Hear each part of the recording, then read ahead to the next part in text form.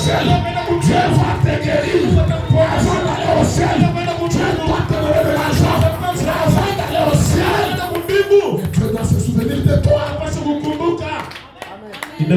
vous avez compris? Est-ce que vous avez compris? Pourquoi Israël quitte l'Égypte? Parce qu'on lui a annoncé un Dieu qui bénit. Ce n'est pas moi qui invente ça, les gars. La bénédiction, ce n'est pas mon mot. La bénédiction, je ne le trouve pas seulement dans le dictionnaire. Mais dans la Bible, la Bible dit, je ferai de ton nom grand. Je te bénirai. Ça, c'est Dieu qui l'a dit. Ce n'est pas Janon qui l'a dit. C'est Dieu. Il dit, écoute, je ferai de ton guérir, si on dit comme ça. Ça se dit comme ça. C'est-à-dire, je te porterai, je t'exposerai. Quand on fait de quelqu'un grand, c'est pour dire que les gens avec qui ils vivent restent petits. Mais c'est ça la grandeur.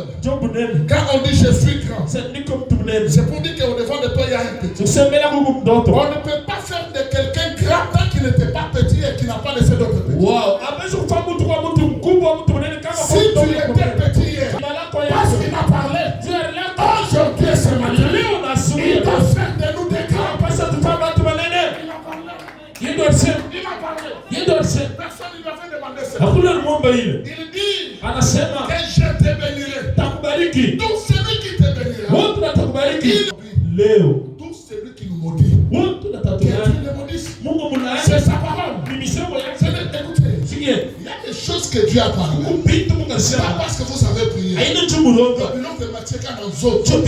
Parce qu'il est Dieu. Il a parlé. Combien de prophéties Dieu vous a donné? Si tu n'as jamais rencontré un prophète, dans la Bible, il y a beaucoup de promesses que Dieu nous a faites. Dieu, aujourd'hui, la grandeur que tu as promis, réalise ça aujourd'hui. Nous avons crié à un Dieu qui donne l'argent. Amen. Les gens, vous savez, les gens disent, mais il y a plusieurs moyens. Mais là, ta poison au coup, ok. Nous là,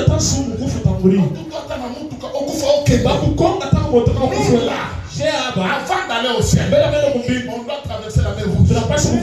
Israël quitte l'Égypte. Avant d'arriver au Canaan, il traverse d'ici. Ils ont eu soif. Dieu leur a donné de l'eau. Dieu va nous donner de l'eau. Ce n'est pas fait que nous avons tous les jours. Dieu est ici pour nous distraire. Aujourd'hui, nous qui avons cru, capable de nous payer le loyer, capable de payer la parcelle, capable de faire étudier tes enfants. Cette année, Dieu va faire étudier nos enfants.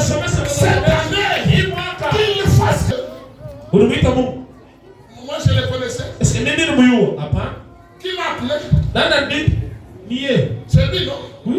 Alors, il m'appelle maintenant pour avoir une église sec. Il m'appelle, il m'établit. Il des enfants qui manquent le loyer. Non, non.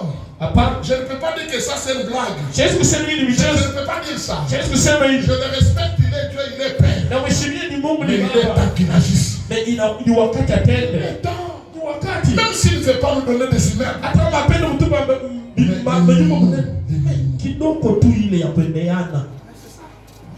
Tu es entré dans l'église. Depuis que tu as donné ta vie au Seigneur, tu ne fais que tomber malade. Non. Ces choses-là dans cette église, tu ne peux pas entrer ici malade et puis sortir malade. Tu ne peux pas entrer dans l'église pauvre et puis tu sors pauvre. Je déclare en tant que père, parce que tu es dans cette église, tu ne mourras pas pauvre. La vie ne te tuera pas. Il va prêcher comment? Tu devrais passer sur la moto. Allez chercher l'argent pour faire qu'il le réalise. Qu'il le réalise. Les peuples sortent. Moïse, tu nous as fait quitter l'Égypte. C'est vrai qu'on souffrait. Bien fois la souffrance que de mourir. Comme un chat. Il serait mieux de nous laisser là-bas. Souffrir 430 ans. Déjà habitué à la mort. On est habitué. Et faire le soir. magharibi. Pharaon nous donnait même les concombres. Mais aujourd'hui, tu nous fais quitter les concombres. Et puis écoute, dans cette forêt, dans ce désert, comment nous allons enterrer nos enfants? Comment nous allons enterrer nos pères? Nous aurons quel souvenir? Si vous mourrez dans ce désert, il n'y a pas de souvenir. Il n'y a pas. Et puis dans le désert, quand vous mourrez, on vous enterre les jours suivants. On pouvait même organiser pour nous les bébés. On pouvait manger même les concombres. Vous savez, si vous avez trop faim, même un citron, ça peut combler d'abord un vide. Ça peut combler un vide. C'est ça. Même un citron.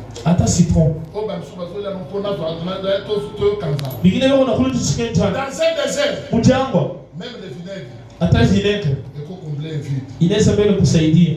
Parce que le problème c'est quoi? On a idée à quel ça peut aller comme de l'eau et puis ça va combler. Vous voyez que tuberculose est comme une aspirine. Et bon c'est ici. Je suis allé à l'hôpital avec mon fils. On nous a prescrit des médicaments. Il a pris les médicaments pendant 3 mois. Parce qu'il a une boule ici qui fait déjà 7 mois. 10 mois. 6 mois. C'est caché, Skyborn, beaucoup de prescriptions. La fin de comme c'est l'hôpital de l'État, j'ai signé là beaucoup d'assignés. Et puis, ça se termine, j'ai dit maman, ajoute encore. Elle part à la pharmacie. 500 francs. 500 plaquettes. On pompe les petits. 3 chaque jour. 3 mardi. 3 mercredi. Jeudi 2. Vendredi 2. Samedi 1. Dimanche 1. Lundi 1. Même les petits, papa. Il n'y a plus la publicité qui les produits de 50, de 500 francs. 500 francs. Amen. C'est deux plaquettes 500. Je vais encore acheter ça aujourd'hui. Dans les moments difficiles, frère, même le vinaigre peut combler ton espoir. Tu nous as fait quitter. C'est vrai qu'on souffrait. Le faire le soir, on pouvait avoir un concombre. Vous savez, il y a des gens ici. Dans le monde, ils pouvaient se croquer. Et puis faire étudier des enfants. N'est-ce pas? Il y a des gens qui pouvaient se prostituer. Même avec un creuset. Et là, 100 000 francs. Il y a des gens qui pouvaient mentir. Ils ont l'argent. Mais nous avons tout abandonné pour suivre les promesses. Et ces promesses sont Moïse, nous sommes foutus. Moïse se regarde. Il dit, mais si j'ai quitté l'Égypte, c'est parce que quelqu'un m'avait fait une promesse. Et c'est quelqu'un-là, c'est qui? C'est Dieu. Moïse tourne vers Dieu. Comme je vais tourner vers lui, c'est je suis aussi votre Moïse. Dieu m'a établi pour vos vies. Il tourne vers Dieu. Il dit, regarde, nous souffrons. Tu vas nous laisser mourir comme ça. Le Seigneur dit non. Ne crains. Il dit à son peuple, ne crains rien. Observez ce qu'il observe. Si ce matin tu es malade, touche à ta douleur. Observe comment une guérison est en train de